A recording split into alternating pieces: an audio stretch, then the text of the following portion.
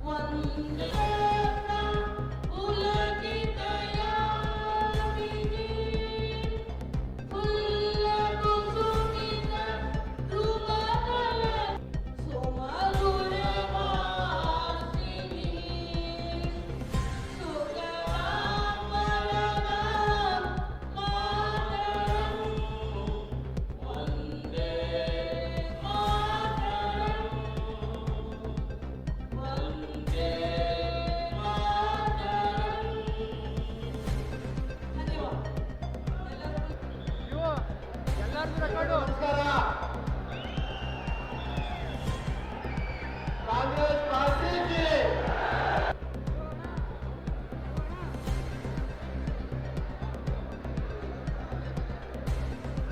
ಸಂಘಟನೆಯ ಸಚಿವರು, ಕರ್ನಾಟಕದ ಬಂಡೆ ಮಾನ್ಯ ಜನಮೆಚ್ಚಿನ ಉಪಮುಖ್ಯಮಂತ್ರಿಗಳಾದಂತಹ ಡಿ.ಕೆ. ಶಿವಕುಮಾರ್ ಸಾಹೇಬರಿಗೆ ಕೋರುತ್ತೇನೆ.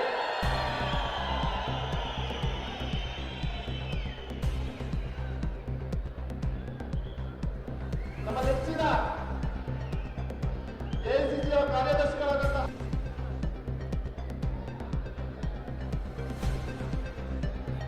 ನಮ್ಮ ಇಂಧನ ಇಲಾಖೆಯ ಇಂಧನ ಸಚಿವರಾದಂತಹ ಹಿರಿಯ ನಾಯಕರು ಕೆ.ಜೆ. ಜಾರ್ಜ್ ಸಾಹೇಬ್ ಬಂದಿದ್ದಾರೆ. ಅವರ ಕಾರ್ಯಕ್ರಮದ ಆದರಪೂರ್ವಕವಾದ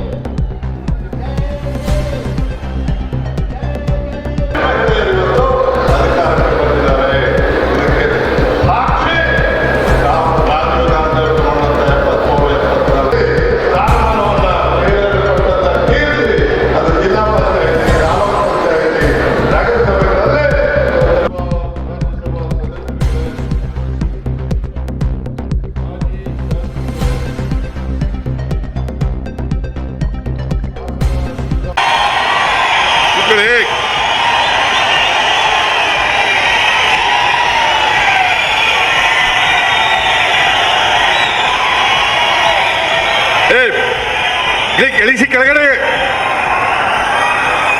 ಇಳಿಸಿ.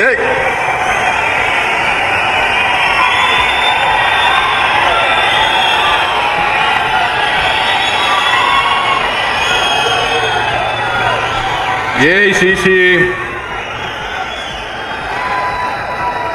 ಪ್ರಧಾನ ಕಾರ್ಯದರ್ಶಿಗಳಾದಂಥ ಕರ್ನಾಟಕ ರಾಜ್ಯದ ಉಸ್ತುವಾರಿಗಳು ಆದಂಥ ಶ್ರೀ ಸುರ್ಜೇವಾಲಾ ಅವರೇ, ಸಾಕು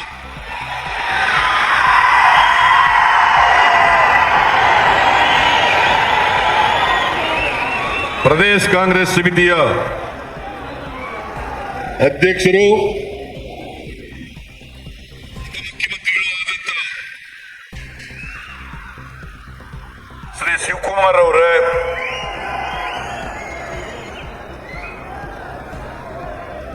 ಹಾಸನ ಜಿಲ್ಲಾ ಉಸ್ತುವಾರಿ ಸಚಿವರಾದಂತ ರಾಜಣ್ಣ ಅವರೇ,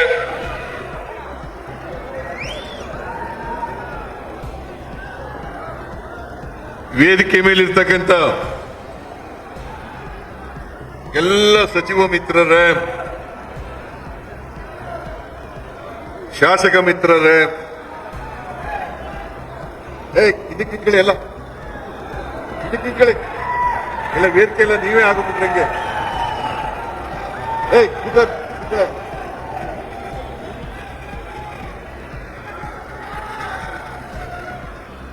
ವೇದಿಕೆ ಮೇಲಿರ್ತಕ್ಕಂಥ ಎಲ್ಲ ಶಾಸಕ ಮಿತ್ರರೇ, ಲೋಕಸಭಾ ರಾಜ್ಯಸಭಾ ಸದಸ್ಯರುಗಳೇ, ಮಾಜಿ ಶಾಸಕರುಗಳೇ,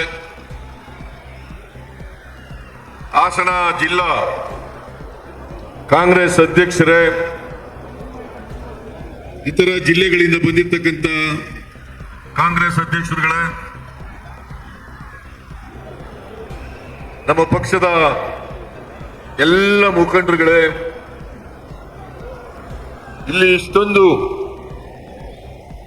ಬೃಹತ್ ಸಂಖ್ಯೆಯಲ್ಲಿ ಸೇರಿರ್ತಕ್ಕಂಥ ಕಾರ್ಯಕರ್ತ ಬಂಧುಗಳೇ, ತಾಯಂದಿರೇ, ಯುವಕ ಮಿತ್ರರೇ, ಮಾಧ್ಯಮದ ಗೆಳೆಯರೇ, ನೀವು ಎಷ್ಟೊತ್ತು ಕೂತ್ಕರ್ತೀವಿ ಅಂತೀರಿ ಅಷ್ಟೊತ್ತು ಮಾತಾಡ್ತೀನಿ ನಾನು.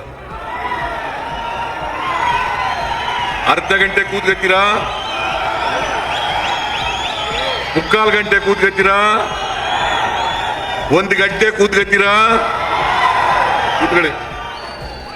ಯಾರು ಎದ್ದು ಹೋಗಬಾರದು. ಇದು ಅತ್ಯಂತ ಮಹತ್ವದ ಸಮಾವೇಶ.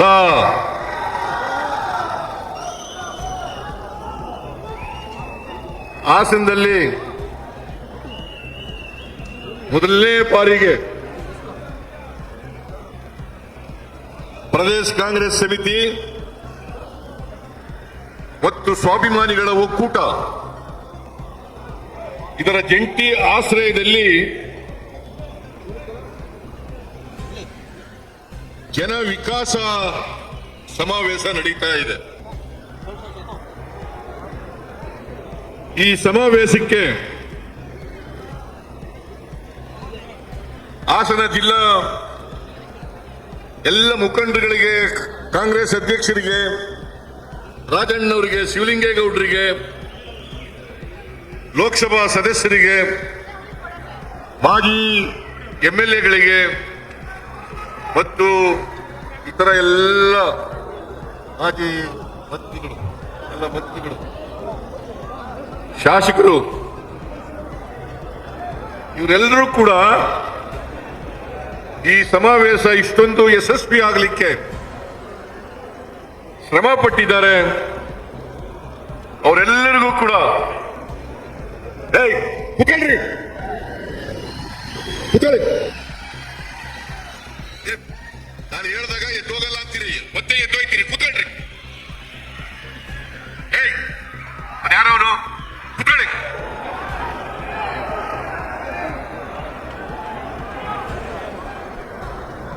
ನಾನು ಈ ಸಮಾವೇಶ ಯಶಸ್ವಿಯಾಗಲಿಕ್ಕೆ ದುಡಿದಿರ್ತಕ್ಕಂಥ ಎಲ್ಲ ಮಂತ್ರಿಗಳಿಗೆ, ಶಾಸಕ ಮಿತ್ರರಿಗೆ, ಪಕ್ಷದ ಮುಖಂಡರುಗಳಿಗೆ, ಲೋಕಸಭಾ ಸದಸ್ಯರಿಗೆ, ಮಾಜಿ ಶಾಸಕರುಗಳಿಗೆ ಎಲ್ಲರಿಗೂ ಕೂಡ ಸರ್ಕಾರದ ಪರವಾಗಿ ಮತ್ತು ಪಕ್ಷದ ಪರವಾಗಿ ಧನ್ಯವಾದಗಳನ್ನು ಹೇಳಲಿಕ್ಕೆ ಬಯಸ್ತಾ ಇದ್ದೇನೆ. ಬಹುಶಃ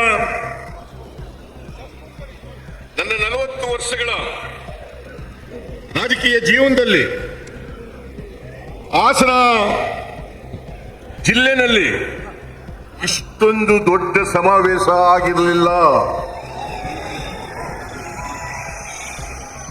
ಮೊದಲನೇ ಬಾರಿಗೆ ಹಾಸನದಲ್ಲಿ ಇಷ್ಟೊಂದು ದೊಡ್ಡ ಸಮಾವೇಶ ಆಗಿದೆ.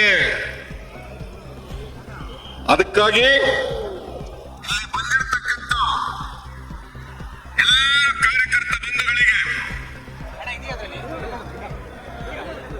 ನಮಸ್ಕಾರಗಳನ್ನ ಹೇಳಲಿಕ್ಕೆ ಬಯಸ್ತಾ ಇದ್ದೇನೆ. ಮಾಧ್ಯಮಗಳಲ್ಲಿ ಚರ್ಚೆ ನಡೀತಾ ಇತ್ತು, ವ್ಯಾಖ್ಯಾನ ನಡೀತಾ ಇತ್ತು.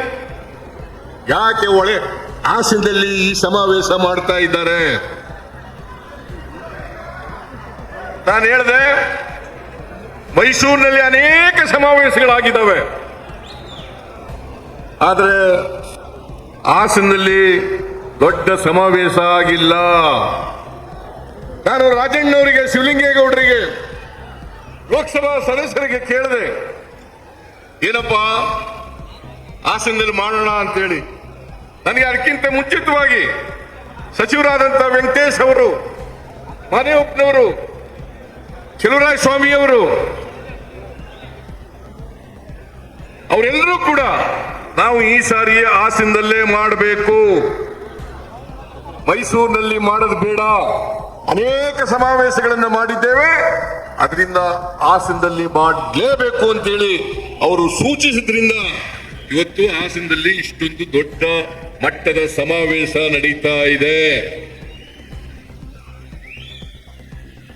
ನಾನು ಮಾಧ್ಯಮದವರಿಗೆ ಹೇಳ್ತೇನೆ, ಇನ್ನೊಂದು ಚರ್ಚೆ ನಡೀತಿದೆ ಮಾಧ್ಯಮದಲ್ಲಿ. ಯಾವ ಕಾರಣಕ್ಕೋಸ್ಕರ ನೀವು ಮಾಡ್ತಾ ಇದ್ದೀರಿ? ನಾನು ಹೇಳಿದೆ, ಇದು ಬರೀ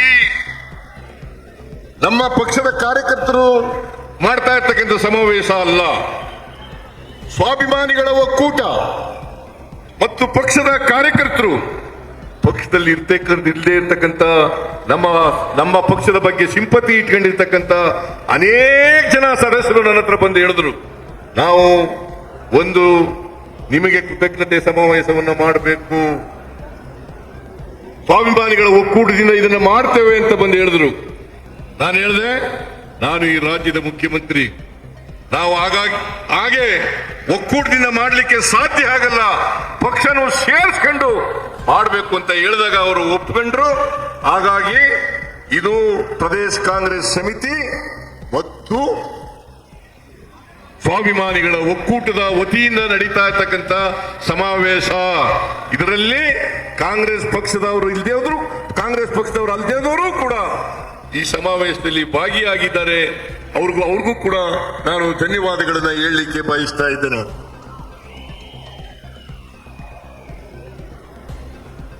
ರಾಜ್ಕುಮಾರ್ ಅವರು ಒಂದು ಮಾತು ಹೇಳ್ತಾ ಇದ್ರು, ಅದೇನಪ್ಪಾ ಅಂತಂದ್ರೆ ಅಭಿಮಾನಿ ದೇವರು ಅಂತ ಹೇಳ್ತಾ ಇದ್ರು.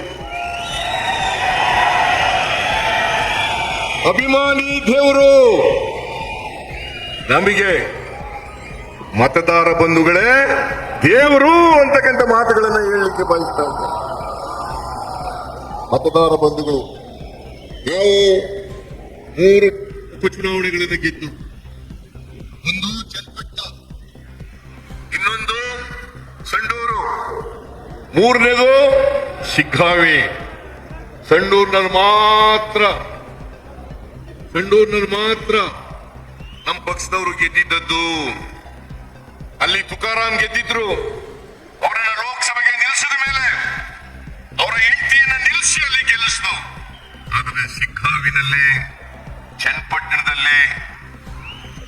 ಶಿಗ್ಗಾವಿನಲ್ಲಿ ಚನ್ನಪಟ್ಟಣದಲ್ಲಿ ನಾವು ಗೆದ್ದಿರಲಿಲ್ಲ. ಕಳೆದ ವಿಧಾನಸಭಾ ಚುನಾವಣೆಯಲ್ಲಿ ನಾವು ಗೆದ್ದಿರಲಿಲ್ಲ. ಚನ್ನಪಟ್ಟಣದಲ್ಲಿ ಈ ಜಿಲ್ಲೆಗೆ ಸೇರಿದಂತ ಮಹಾನಾಯಕ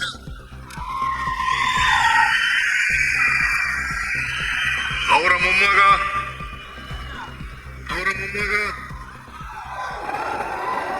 ನಿಖಿಲ್ ಕುಮಾರ್ ಸ್ಪರ್ಧೆ ಮಾಡಿದ್ರು. ಶಿಗ್ಗಾವಿನಲ್ಲಿ ಬಸವರಾಜ ಬೊಮ್ಮಾಯಿ ಮುಖ್ಯಮಂತ್ರಿ ಆಗಿದ್ದಂಥವರು, ಅವರ ಮಗ ಸ್ಪರ್ಧೆ ಮಾಡಿದ್ರು. 2 ಕ್ಷೇತ್ರಗಳಲ್ಲಿ, ಒಂದರಲ್ಲಿ ಚನ್ನಪಟ್ಟಣದಲ್ಲಿ ಕುಮಾರಸ್ವಾಮಿ ಗೆದ್ದಿದ್ರು, ಶಿಗ್ಗಾವಿನಲ್ಲಿ ಸಿಟ್ಟಿಂಗ್ ಮುಖ್ಯಮಂತ್ರಿ ಬಸವರಾಜ ಬೊಮ್ಮಾಯಿ ಗೆದ್ದಿದ್ರು. 2 ಸ್ಥಾನಗಳನ್ನು ಗೆಲ್ಲಿಕ್ಕೆ ನಮ್ಮ ಕಾರ್ಯಕರ್ತರು, ಮತದಾರರು ಮಾಡಿದಂತ ಆಶೀರ್ವಾದ ಕಾರಣ ಅಂತಕ್ಕಂಥ ಮಾತುಗಳನ್ನು ಹೇಳಲಿಕ್ಕೆ ಬಯಸ್ತಾ ಇದ್ದೇನೆ. ಅದಕ್ಕಾಗಿ ಸ್ವಾಭಿಮಾನಿಗಳ ಒಕ್ಕೂಟದವರು ಹೇಳ್ತಾ ಇದ್ರು, ನಿಮಗೆ ನಿಮ್ಮ ಪಕ್ಷದ ಅಧ್ಯಕ್ಷರಾದಂತ ಡಿ ಕೆ ಶಿವಕುಮಾರ್ ಅವರಿಗೆ ಕೃತಜ್ಞತೆಗಳನ್ನು ನಾವು ಸಲ್ಲಿಸಬೇಕು, ಮತದಾರರಿಗೆ ಕೃತಜ್ಞತೆಗಳನ್ನು ಸಲ್ಲಿಸಬೇಕು ಅಂತ ಹೇಳಿದ್ರು. ನಾನು ಹೇಳಿದೆ, ನಮಗೆ ಸಲ್ಲಿಸ್ತಕ್ಕಂಥದ್ದಲ್ಲ, ನಿಜವಾದಂತ ಕೃತಜ್ಞತೆಗಳನ್ನು ಸಲ್ಲಿಸ್ತಕ್ಕಂಥದ್ದು ಮತದಾರ ಬಂಧುಗಳಿಗೆ ಅಂತಕ್ಕಂಥ ಮಾತನ್ನ ಹೇಳಿದ ಮೇಲೆ ಈ ಸಮಾವೇಶವನ್ನ ಏರ್ಪಾಡು ಮಾಡಲಿಕ್ಕೆ ಸಾಧ್ಯ. ಮತ್ತಷ್ಟು ಸುದ್ದಿಗಳಿಗಾಗಿ ನೋಡ್ತಾ ಇರಿ ಪಬ್ಲಿಕ್ ನ್ಯೂಸ್ 24x7. ಇದು ಸತ್ಯದ ಧ್ವನಿ.